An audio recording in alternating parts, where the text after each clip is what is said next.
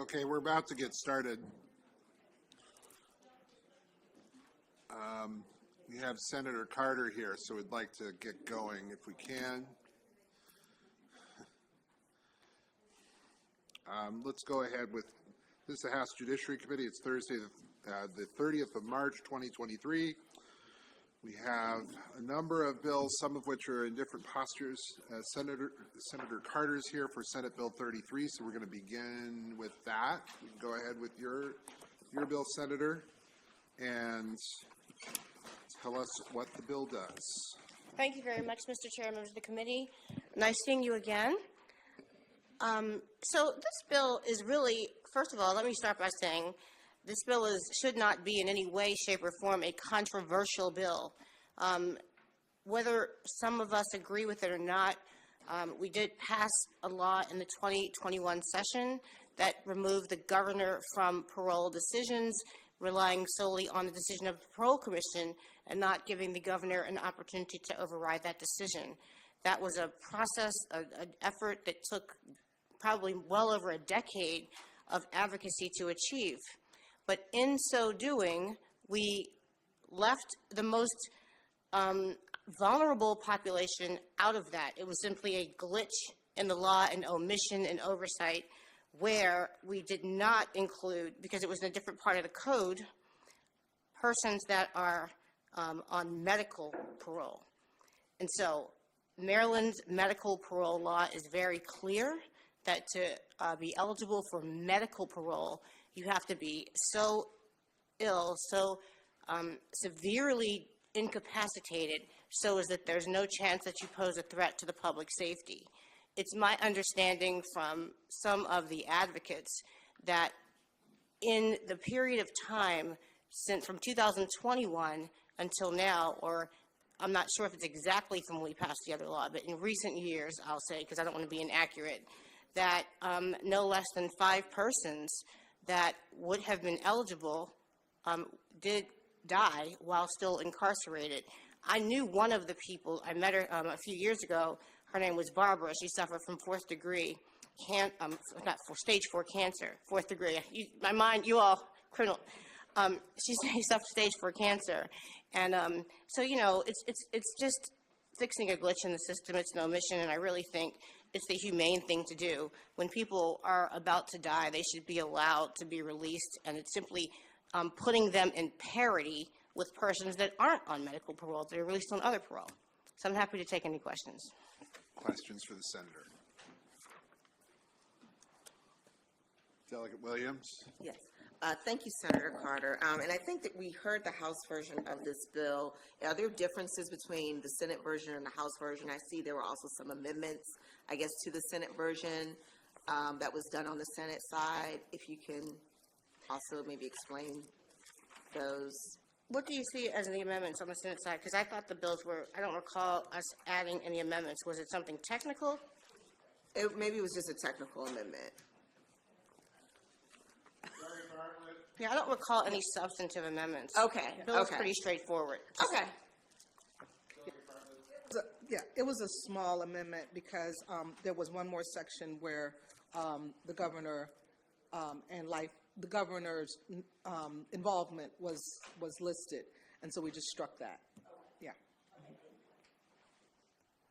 Thank you. Further questions for the Senator? Seeing none, thank you very much. That concludes the testimony on Senate Bill 33. I don't see Senator Thank you very much. Jackson. I see Senator West. Senate Bill 211, please.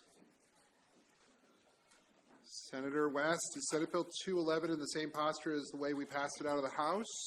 Absolutely, not a single change. And this is the probation before judgment bill? It is, and I come with breathless news. I just presented the House bill on the floor of the Senate about 10 minutes ago, and it passed second reader. All right. So. Are there any questions for Senator West about the PBJ bill?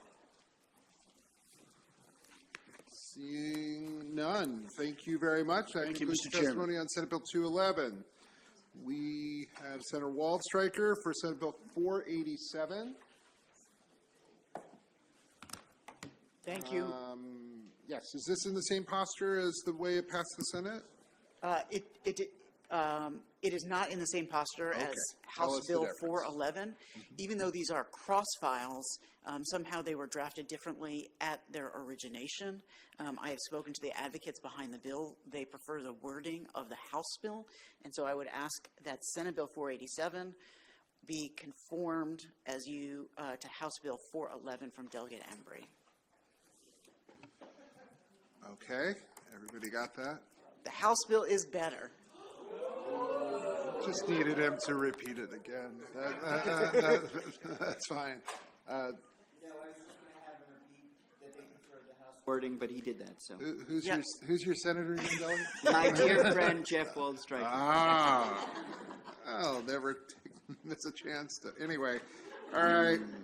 Any questions on Senate Bill 487? And thank you for your hospitality yesterday as well. Thank you very much. That concludes the testimony on Senate Bill 487. Let's go to Senator McCray. To 486, Senate Bill 486, Senator McCray. Is this bill in the same posture as the bill that we passed out of the House? No. It is not. Nope. Okay. Go ahead. Tell us what the bill does and how it's different. It only had like one technical amendment, so it looked like it was when they came out of drafting, the drafter had caught something where the sheriff's intent was to turn it from a may to a shall, and they said that it wouldn't be able to fly. The drafter. So where's the change? I believe the difference is The sheriff may appoint any additional sworn or civilian personnel? number 21. We left it as a shall, and I think that it said may, and that started to conflict.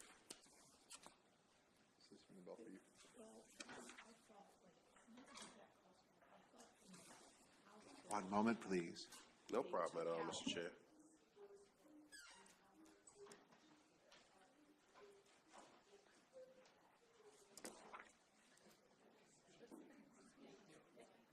I see. Okay. All right, so there are some technical differences That's all between it the was, two yeah. bills. Yeah. That's fine. Okay, I don't know if the city delegation is taking this up or not, or do you know? I if believe this on, is- I think tomorrow. Is it tomorrow? Yeah, I think so. Okay. Yep. All right, I'll follow up with the city delegation, and we'll Perfect. figure that out. Appreciate Any you all. questions on Senate Bill 486? Seeing none, thank you, Senator McCray. That concludes the testimony on Senate Bill 486. I see Senator Reedy. Well, wait a minute. You've got some amendments that we're probably going to need to talk about, so hang on a minute. Just 1 second. Let me just see, do we have any other easy ones out there? And I don't think we have any other easy ones, so, oh well, let's bring up Senator Reedy anyway. Senator Reedy for Senate Bill 330. Thank you, Mr. Chairman and members of the Judiciary Committee. It's great to be with you. We now have 3/4 of the District 5 team here in the room, so try not to let that intimidate anybody. I figure we won't. Now, Mr. Chairman, it's great to see you. It's great to see all of you here on the committee. Here to present Senate Bill 330, which is attempting to be identical to the bill that passed, Delegate Lewis's bill that's passed. I hear you said something about amendments, so I'm hoping that we're in the right posture. Oh, it has not passed yet. Passed out of the subcommittee, but we hung on to it to see if it got out of the Senate, and it did, so here we are. That's right. Because of my prowess as a state senator, we got it out of the committee. I got it out of the Senate. Oh, boy, this Unanimously. is getting a little exhausting. Yeah, okay. All right. Well, it's actually, Mr. Chairman, in all For those keeping score at Flattery. home, I've been named Judge, Your Honor, Flattery will get you President. everywhere, I guess, right? Yeah, I guess. Calling Mr. Senator Chairman, Ferguson. in all seriousness, this is a very important bill, and I know the members of the committee know that. As amended, Senate Bill 330, which is the Body-Worn Camera Appropriation and Financing Act of 2023, is cross-filed with House Bill 332 with Delegate Jazz Lewis, and it's a continuation of the work that our law enforcement body-worn camera task force has done for the past several years, and I was honored to serve as the Senate designee on that committee, on that task force. The goal was to establish cost-efficient ways to scale the use and acquisition of body-worn cameras across our law enforcement agencies in the state. Access to body-worn cameras provides increased accountability in law enforcement, transparency, and police oversight. And most of all, it increases trust and strengthens police-civilian relationships, as well as providing a valuable training tool for our law enforcement. Police agencies and law enforcement personnel from around the state have told us they want this important tool to ensure transparency, help identify bad actors, and serve as an invaluable training tool. The only issue that really could delay full implementation was cost, particularly for our smaller counties and municipal law enforcement agencies. Cost could be a huge factor. And this is a common sense bipartisan bill to ensure that body camera systems are affordable and accessible for those in the agencies. This will allow for statewide negotiation of body camera contracts, acquisition of devices and storage for BWCs, and will help eliminate significant financial barriers that many law enforcement agencies will encounter or are encountering as they attempt to implement body-worn camera programs. And as I mentioned, the smaller agencies in particular, I represent several municipalities, some of which have police forces as small as 9 to 11 officers. And so, and I also have Westminster, which has a larger department. But, and I know many of you are in the same boat. You may represent several smaller municipalities. So this approach will streamline the resources necessary to get that successful program and give a standardized system that can reflect the needs of law enforcement and improve and increase transparency. And as I think this committee knows, but if anyone doesn't, the cost of the body-worn cameras, of course, is not just the equipment. The storage is really, the storage and the management is actually the biggest driver of cost. When you have an agency with a small number of officers and a small budget, it's a big expense. So anyway, what this bill attempts to do, coming out of the task force, is to allow for these smaller agencies to hop onto those procurements that the state's doing to get a better price point. And this task force was not just law enforcement, of course. We had representatives from law enforcement, from community organizations, civil liberty organizations, and advocates, and we worked for a number of years to try to get this right. So this bill is really part of the culmination of that. So I would respectfully request a favorable report and happy to answer any questions. I went through a longer talk because I don't know how long it's been since you heard the House bill, so just as a refresher. It's been a little bit since we've heard the House bill. And you've had a lot of that's issues helpful. before you, so. That is helpful to have gotten that overview. I know that there were some differences between the way that the subcommittee dealt with it and the way that the Senate dealt with it. So I do think that we're going to let the criminal law subcommittee take another look at it one more time to make sure that everything's okay. But that's kind of my intention right now. That's great. For Yeah, this. open to whatever tweaks need to be made to make it happen. All good. Any questions about Senate Bill 330? Seeing none, we thank you very much, Senator Reedy, for being here. All right. And Thank you, now sir. 1/4 of the District 5 team is leaving. All right. With that, let's go to Senator Kramer and 840. Senate Bill 840, please. We did not move the House bill, if I'm not mistaken, correct? I don't know what the status of the House bill is, Mr. Chair. That is correct. It came in late, so that's fine.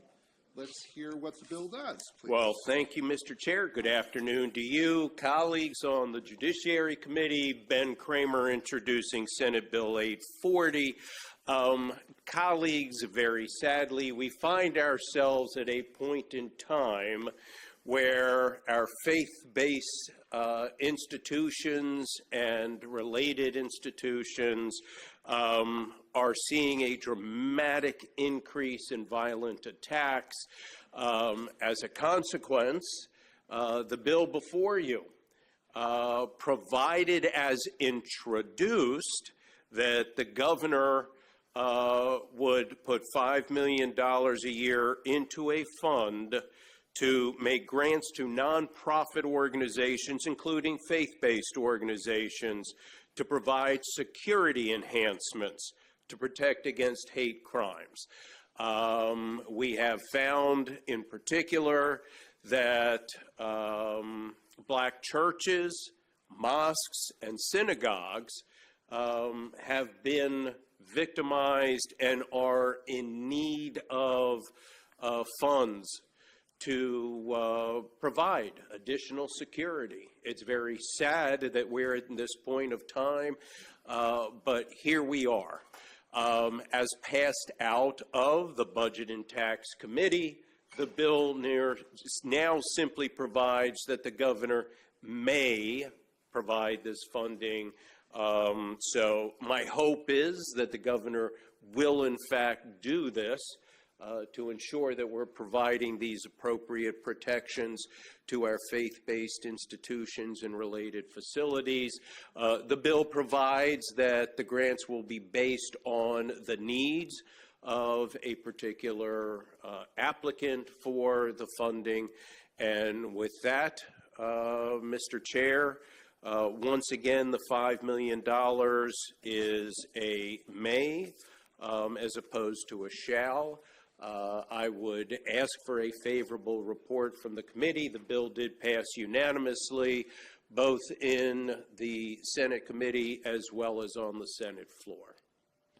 Questions? Questions for the senator? Seeing none, we thank you very much. I thank you, and thank you all on the committee. Thanks, Mr. Chair. That'll Good to conclude see the all of you. testimony for Senate Bill 840. Senator Kagan is here for Senate Bill 340. So we'll hear that one now. Thank you so much, Mr. Chairman. Great to be here with friends in Judiciary. I never come to Judiciary, so it's good to be here.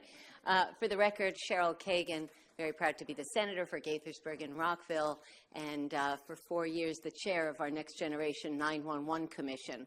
This bill is a result of both the 911 Commission as well as a task force on swatting that Senator Waldstreicher and I were on, along with a few delegates, and I see Delegate Bartlett, who is on there. This bill addresses a crisis that has been really on the rise, which is people making false calls to 911. It's a waste of time and resources. It's alarming, and it's happening especially in schools now, but it's also used with bias, race, and sexual orientation. You know, the black guy who lives next door to me just murdered his wife, and the police come out, guns blazing, ready for an assault, a problem, and the husband and wife are sitting there on the sofa watching TV, and there's no problem at all. It has happened in Maryland. It is on the rise. This bill passed both the Senate and House unanimously. We would implore the House Judiciary Committee to take the Senate version. We've simplified the bill a little bit because, and it's the position of the Senate that severe emotional distress, which we think is a problem, is not defined in code. And at this late date, we think that addressing the issue of swatting and maybe revisiting that issue in the future would make good sense. So with that, I'm happy to take any questions. Are there questions for Senator Kagan? All right. Seeing none, we thank you very much. Many thanks. Bye-bye. That concludes the testimony for Senate Bill 340. Who do I have? I have Fulden. Senator Fulden now for Senate Bill 21.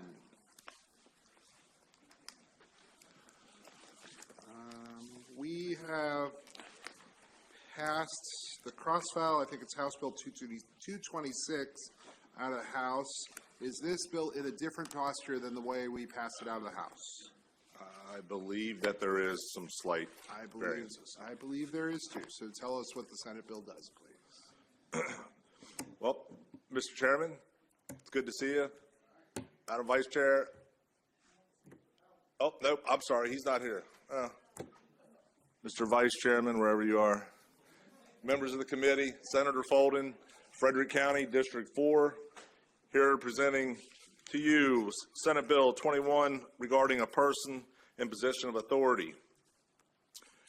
Section 3-308 of the Maryland Criminal Law article currently precludes certain individuals who are in a position of authority over a minor from engaging in sexual contact with said minor.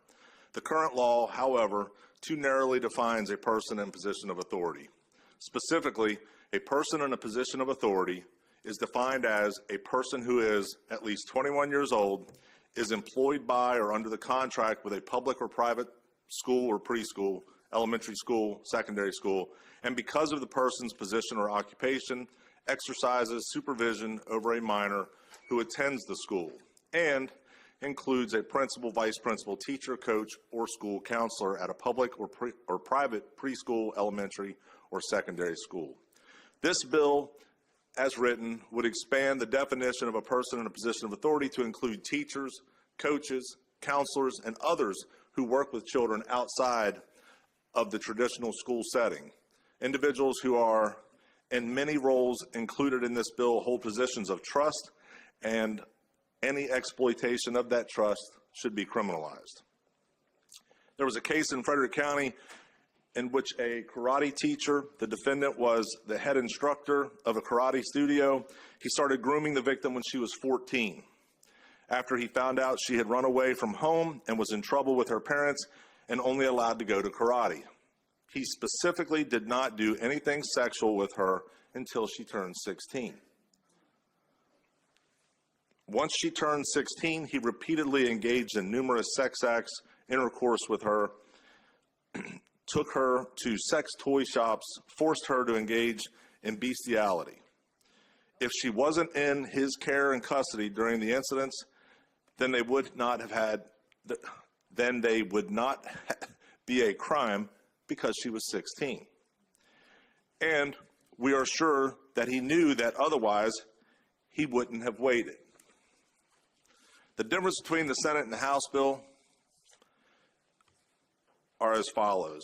The Senate version retains the original bill language. We have spent many years debating this bill, so we have wanted to change as little as possible. Both the House and Senate bill define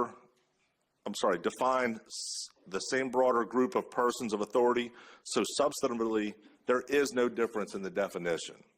The biggest amendment in the Senate bill is that we included the 6-year age difference for persons of authority who are in programs such as camps, but retains the child under 18, 16 and 17, and adults over 21 prohibition for cases involving principals, vice principals, teachers, coaches, and school counselors. That language would still apply. It does not change.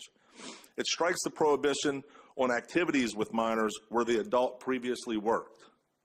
And these amendments address some remaining concerns about individuals that were once peers and their sexual relationships were not a product of abusing a later obtained position of authority. So in short, this bill just makes good common sense. This is a good common sense law in protecting our vulnerable 16 and 17-year-olds. We have some otherwise people that would act in unscrupulous ways and prey upon those that they appear to be or perceived to be vulnerable. And that's just not acceptable. That is a criminal act, and there should be accountability for those that prey upon these vulnerable young boys and girls. And with that, I would urge a favorable report on SB 21, and I'm happy to take any questions, Mr. Chairman. Thank you very much. Just so we know, we have Lisa Jordan, who's also going to testify favorable with amendments, and there are questions now. Senator, would you? I know that Ms. Jordan has been working on. Can she come up? Yeah, that's fine. Okay, great. I'd love to have her up here. Let's hear from Ms. Jordan, and then we'll pretties up take the questions, panel. and then we can get to the differences between the two bills. Thank you. A little bit more, and then I see Senator Jackson, Senator Muse, and we'll take those two in the next two. All right, so Ms. Jordan, please, for a couple minutes. Thank you, Mr. Chairman, members of the committee. I'm Lisa Jordan with the Maryland Coalition Against Sexual Assault. We're here in support of Senate Bill 21 with some amendments. I think just overall, there's a historical problem, right? We have 3602, which is a felony with a 25-year penalty, which applies when someone with care or custody of a child or supervision over the child has sexually assaulted or sexually abused the child. There was this loophole. If the kid was not in that person's care, they couldn't be prosecuted. 3308 was created. It's got that 1-year penalty. That only applied to school personnel. As the chair well knows, having sponsored this bill in the past, this closes a remaining loophole. There are 4 differences between the Senate bill and the House bill. First, the Senate elected to have the 6-year age gap for non-school people. So a 16-year-old, you need at least a 22-year-old, a 17-year-old, at least a 23-year-old. CASA takes no position on that. It seems to be a reasonable compromise. The look-back provision, I know, was heavily discussed here in the Judiciary Subcommittee. This is that idea that, say you have a person in authority who has a contract, it ends in June, starts have sex with the minor, so only a minor, 16, 17-year-olds in July.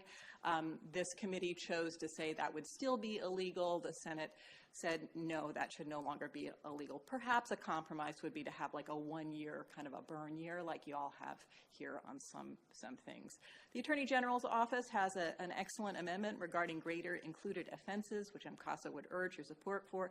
And finally, I would just suggest that the House bill it's been reworked to address vagueness. It's generally more elegant. This is a part of the code that has been battered about by last-minute amendments over the years, and I just have to commend counsel for doing an excellent job reworking it so it's more clear. So CASA's position is that you probably should split some of these differences, but our main position is to please pass something to continue to make progress in this area. I feel like I've been here before on this issue, which I have. Delegate Tomlinson and Delegate Grammer. Thank you, Mr. Chairman. I think, Ms. Jordan, you might have answered the question.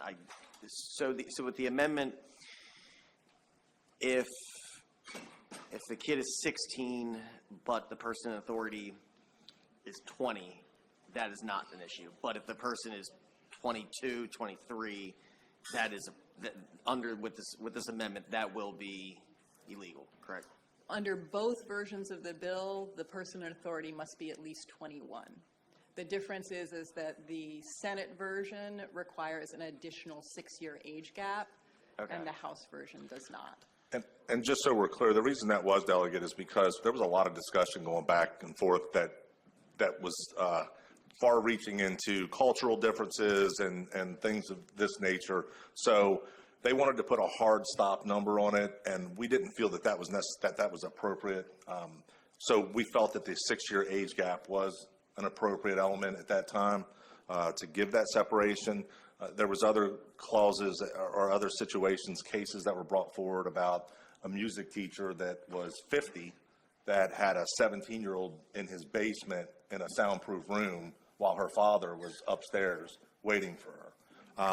And because of the way this was written, he clearly had groomed her. He clearly was in that position of authority, and he violated that trust, even with the father on the premises. So what we deemed was we wanted to not put a final number on it. We wanted to have an age gap that was appropriate and commensurate with that type of age and mentality of the young person versus that of the person in the position of authority who is trusted and should know better. Well, the example you just gave with the music teacher, you said she was 17. Mm-hmm. So as of now, that would, it would not because the age of consent is 16, so that's, correct. Okay. Correct. So, Delegate Tomlinson, let me also say that it was because the father was right outside that they were unable to say that that child was in the care and custody of the music teacher. That too, If okay. the dad had, gone down to get coffee 5 blocks away, perhaps they would have been able to say she was in custody, and then it would be a 25-year felony. Gotcha. Yep.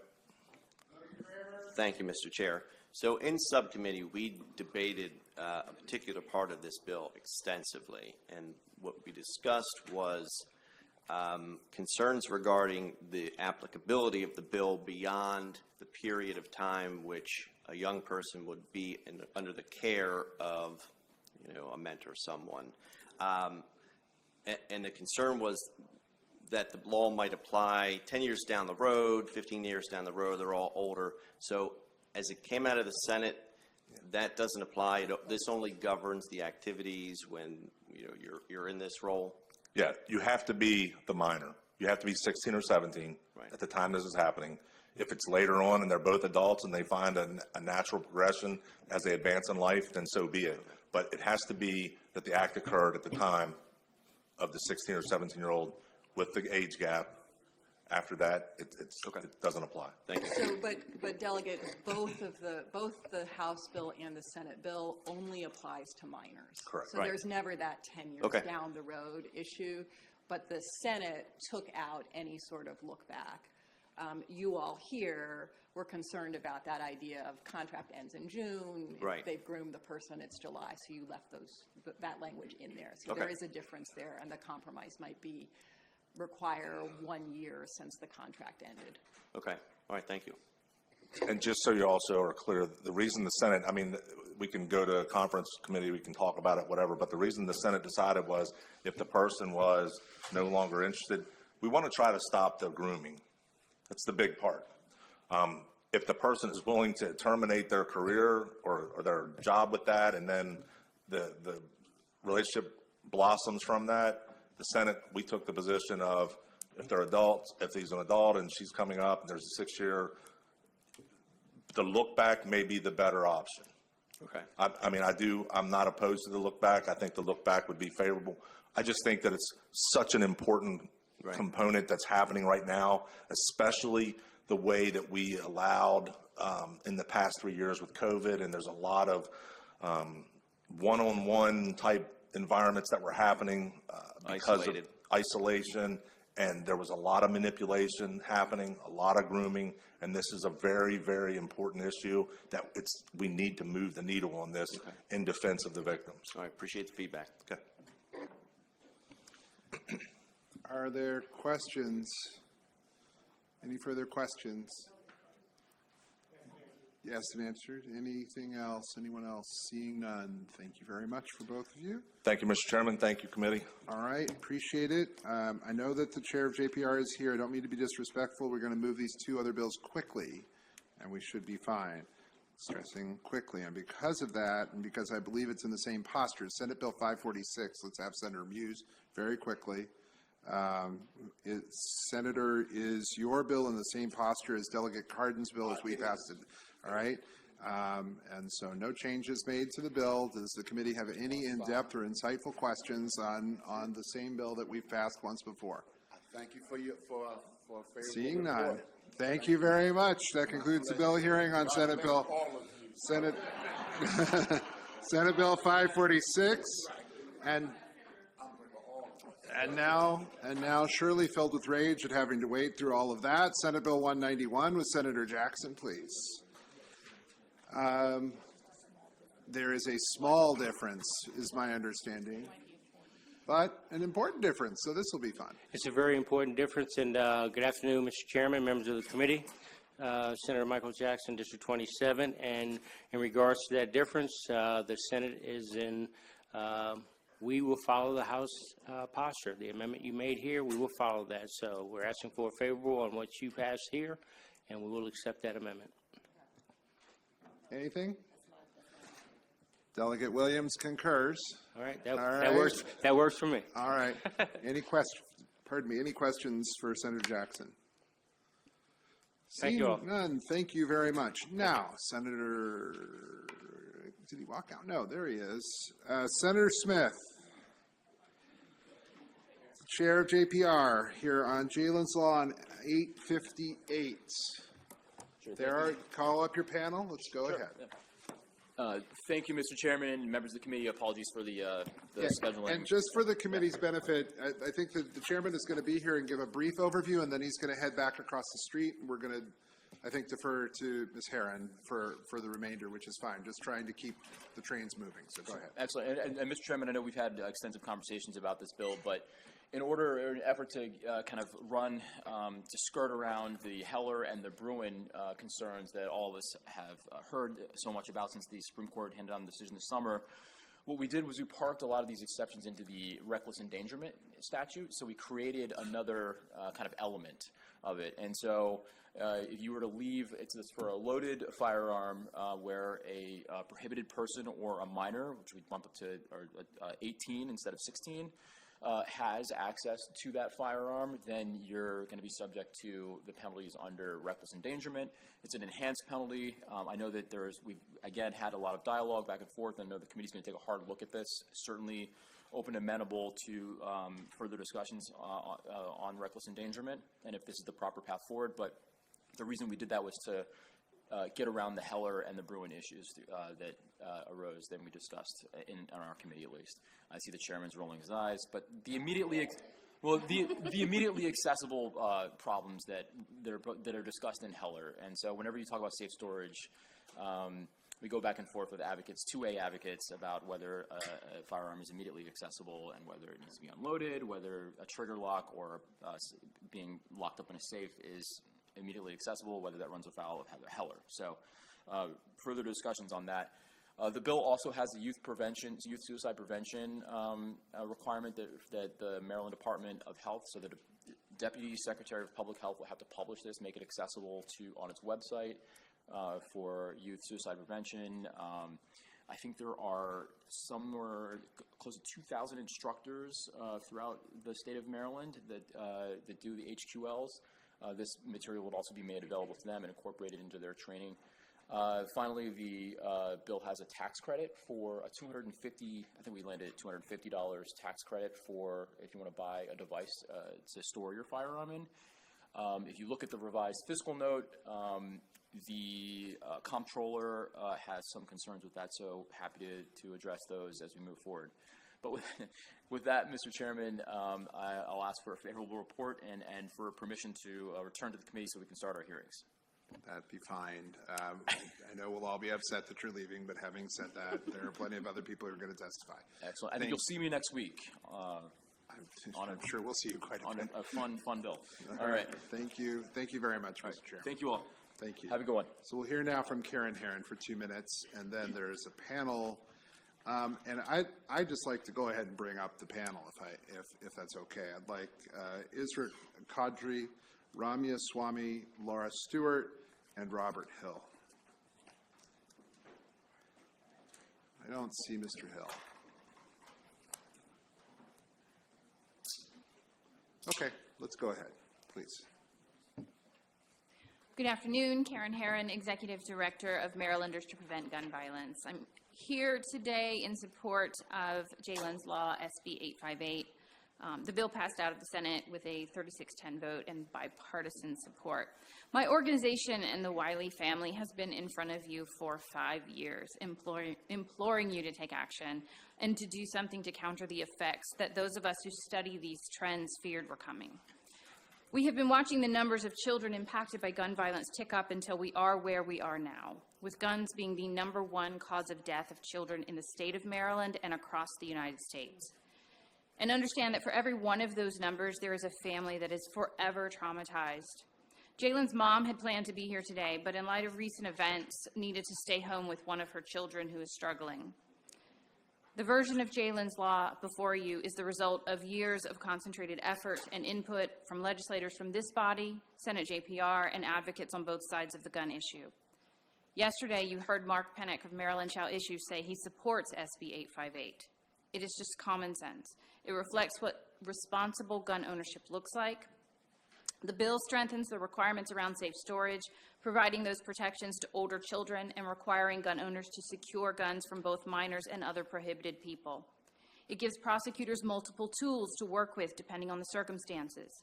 It removes guns from people who demonstrate through storage convictions that they are not responsible gun owners. It provides public education on safe storage and suicide prevention, and it incentivizes safe storage with the tax credit. Firearms, again, are the #1 cause of death for America's youth, largely because of how easy it is for them to access them in this country. We start fixing this by making sure that we have clear guidance in place, that responsible gun ownership starts with storing firearms properly. MPGB urges a favorable report on Jalen's Law. Need to take a 5-second break here just to let the committee know and to pass the word. We're going to have a subcommittee chairs meeting after the end of this bill. Probably we'll just set it at 2:30, and it's likely that we will have a short voting session after that meeting, which would be at about 3 o'clock. So at 2:30 and 3 o'clock. I have a bill to present on the other side of the street myself, so I'm sorry to break in and do that now, but I needed to kind of put that out there. But please now continue your testimony.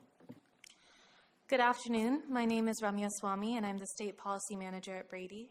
Thank you for the opportunity to speak today in support of SB 858. Nationwide, almost 4.6 million minors live in homes with unsecured guns, and every day 8 children are killed due to family fire. While many parents think that their kids don't know where their guns are or how to access them, the available data unfortunately shows that 70% of kids report knowing where guns were in their household. We know that a vast majority of firearms used in unintentional shootings, school shootings, and self-harm by minors are acquired from their home or from the homes of friends or relatives. It's easy to read the statistics, but we must recognize the lives behind that data. SB 858 will encourage responsible gun storage and save lives by expanding Maryland's existing child access prevention law to ensure that fewer minors can and do access firearms. This bill does so by strengthening the safe storage requirements, extending child access prevention obligations to all minors under 18, incentivizes safe storage through a tax credit, and calls for the development of youth suicide prevention and firearms safe storage guides by the Department of Public Health Services. All of these safety measures will help to prevent tragedies before they happen. Further, this proposed law does not infringe upon an individual's Second Amendment right to keep and bear arms in the home. Rather, firearms ownership comes with a responsibility to ensure that lethal weapons are not readily accessible to minors who either cannot yet responsibly handle firearms themselves or who are at risk of harming themselves or others. There is a wide range of firearm storage options available on the market that are affordable and enable the owner of the firearm to access it quickly if necessary. Research clearly shows that robust child access prevention and safe storage laws help to protect children and reduce the risk of firearm suicide and unintentional shootings by kids and teens in homes across America. For these reasons, I urge a favorable report on this bill. Thank you. Good afternoon, members of the committee. My name is Isra Qadri. I'm a recent graduate of Montgomery County Public Schools, a former page for the General Assembly, a current student at the University of Maryland, and an advocacy organizer for the state of Maryland with March for Our Lives. In a time when firearms are the leading cause of death for American youth, when suicide is the most prevalent form of firearm death, and when mass shootings in schools are at an all-time high, I'm asking you to provide a favorable report for Senate Bill 858. Maryland-based organizers with March for Our Lives, the youth-driven gun violence prevention movement founded after the tragic shooting in Parkland, Florida, have been advocating in favor of Jalen's law from its very beginning, and some of our past advocates have been former classmates of Jalen herself. We as a state are all too familiar with the tragedy that ensues when a young person gains access to firearms that are not secured. For example, in 2020, a 12-year-old boy in Charles County died after getting access to and playing with a gun that belonged to his family members. A Harvard University study found that among gun-owning families, youth living in homes where firearms are all stored unloaded and locked away are at a lower risk for suicide than those living in homes in which firearms are stored less securely. If we continue to ignore the dangerous implications of allowing young people access to firearms that they should not have access to, we are standing by and watching school shootings, youth suicides, and accidental discharges occur unchecked. In honor of Jalen Wiley and the many other children that have lost their lives due to gun violence in Maryland, we must continue to push for strong child access prevention laws. For these reasons, we at March for Our Lives and myself as a student in Maryland's public education system are proud to express support for Senate Bill 858 and urge the passage of this important legislation.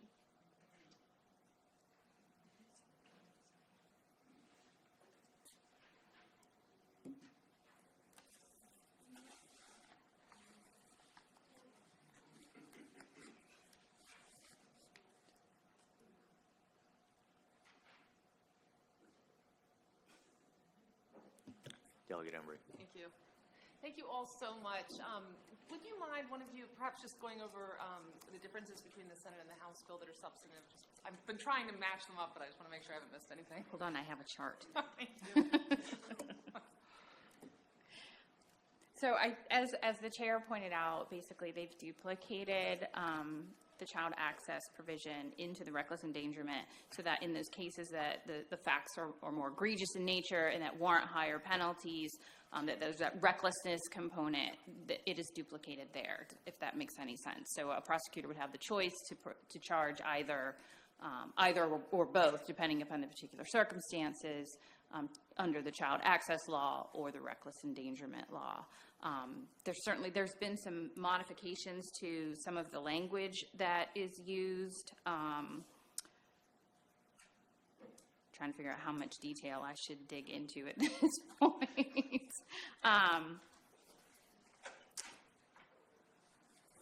See if there's any particular, like you said, they added the tax credit. That's not in the original bill. The education component, I think, is largely the same. Under the original bill for child access, there were higher penalties. Under this bill, under the child access law, they basically leave the penalties as they are, with the exception that if you're convicted under child access, you can become a prohibited person. So there's no higher, like, jail time. The current law just is a fine. That's what this one has as well. The only time jail time can potentially come into play is when it's a conviction under the reckless endangerment statute. And then you've got, I think, what is that, up to 5 years. Yeah. Thank you. So those are the most consequential things. And not to put you on the spot, but do you believe the Senate bill or the House bill is superior?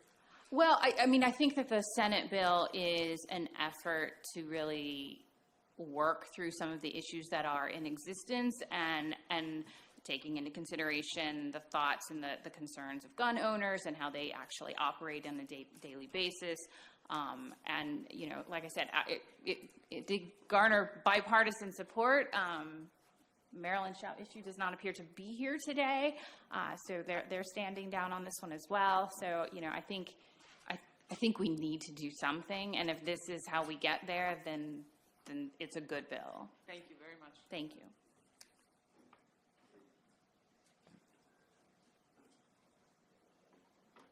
Thank you. Just a very, very brief question. That seemed like a fair number of changes, and you mentioned you had a chart with all of the different changes. Would you be willing to disseminate that to the committee, please? Sure. I am happy to do so. Thank you. Thank you. That's all. And I'll note, Robert Hill was planning to be here. He's juggling a couple different bills. I think he's actually over in JPR now, so I'm not sure he's going to make it. Delegate Tomlinson. Thank you, Vice Chairman. So this is not applied to shotguns and rifles. Is that what I'm reading? Well, it does. I mean, you know, it's securing all firearms. I thought it was scrolling through here. There was a couple parts in the bill where it said that it does not apply to.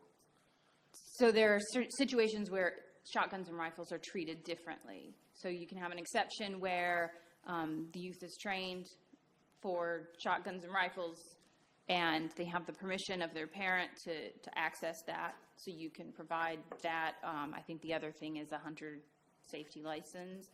So we've provided for a situation where youth sports or hunting activities that are legitimately pursued and that they have, you know, authority or permission from their guardians to do so can access. So again, that's sort of taking into consideration the concerns of gun owners and making sure that you know, these legitimate activities can still take place. But I mean, if you have a shotgun or rifle that's under this, you still need to, with minors at home, you still need to be. Yes, put in you order. still need Okay. to keep it secure. Gotcha. All right, thanks. Delegate Conaway. Thank you, Mr. Vice Chair. Thank you, panel, for coming in to testify to the last lady that was speaking. Under the child access provision that you're talking about, if a person, let's say, has the shotgun in their house and it's not secured, they could get they could get up to a $1,000 fine. Is that correct? That's correct. But then they could be disqualified from getting a wear and carry permit or disqualified from buying handguns in the future. Is that correct? Correct. I believe it's a second offense, or if and the language has changed a couple of times, but I think it's not it doesn't necessarily trigger for a first offense where no one gets harmed. Let me double check that because that changed a couple different times.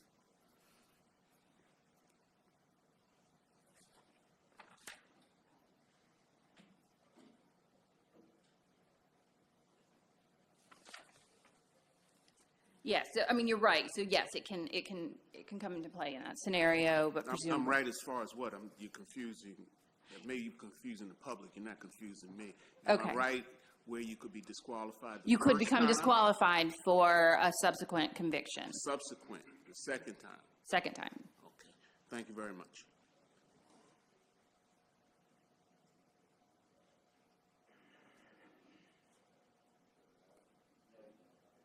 All right. Thank you very much. I think we have a few people signed up in opposition who would like to speak next. Ari Platt, Frank Boston, and do we have John Joslin online? Okay, great. Whenever you are ready. Thank you. Good afternoon, committee members, Mr. Vice Chairman. How are you today? My name is Ari Cloud, and I'm here on behalf of the NRA, respectfully in opposition to Senate Bill 858. We do appreciate all the changes that were made by the sponsor in the Senate. We still see this as a gun control measure, and we always oppose gun control measures. We oppose the increasing age restriction provision. The bill replaces child with minor throughout the bill, and that's our primary issue with the bill, but we do appreciate all the other changes to it. This bill requires gun owners to take the same storage precautions to prevent access by a prohibited person as they would for a minor, which we have some issues with. And with that, I would ask for an unfavorable report. Thank you. All right, John Joslin, 2 minutes. Good afternoon, Mr. Chairman, members of the committee. John Joslin, 2A, Maryland.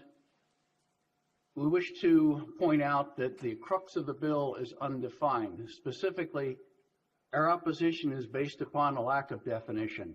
The term access is used frequently through the entire piece of legislation, but access is not defined. One would think access is being able to make physical contact. If that is the case, then it raises the issue with the exceptions for the long arms for the use in self-defense. It is difficult to understand how a firearm can be inaccessible, i.e. you cannot touch it, but still available in the event you need it for self-defense. The term access is critical and needs to be defined, and it has not so far been defined in this legislation. It also comes into play because there is a tax credit which refers to a device which can be placed on the firearm. It qualifies for tax credit, a gun lock, if you will, a trigger lock, but yet that does not prevent access. So we have a dichotomy here where on one case we're saying you can't have access to the firearm, but on the other hand you get a tax credit for something which, while may disable the firearm from being used, does not prevent access in and of itself. We are not opposed to firearm safety. We are not opposed to firearm safe storage. We teach it all the time. We are opposed to legislation which is difficult to understand and which will cause confusion among the general public, people who are not used to dealing with the laws as we see them day to day. We therefore request that you amend the bill to clarify these points and address the issues that I have raised, and we do look forward to any questions you may have.